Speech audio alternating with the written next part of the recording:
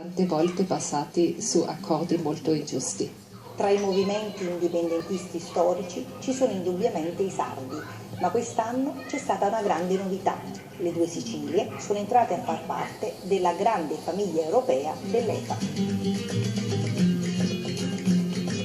Noi siamo un partito, così come l'EFA, a forte vocazione europeista, ma per un'Europa che non si fondi solo ed esclusivamente sul fattore monetario, sull'unità economica, ma un'Europa che si fonda anche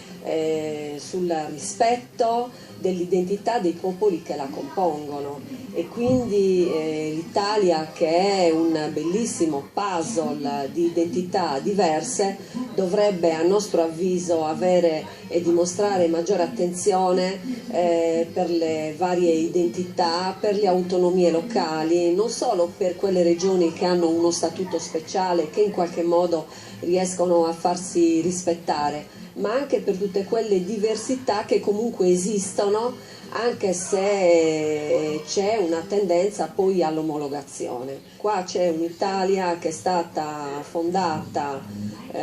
dopo il Risorgimento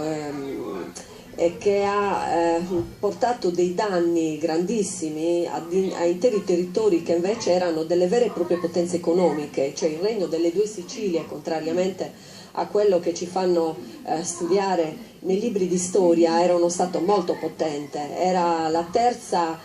nazione più industrializzata del mondo. L'entrata di questo nuovo movimento in APL non può che renderci felici ed orgogliosi, perché noi siamo consapevoli come tutti che quest'Italia, così come è fatta adesso, fondata sull'omologazione culturale, non può funzionare. Noi sediamo oggi accanto a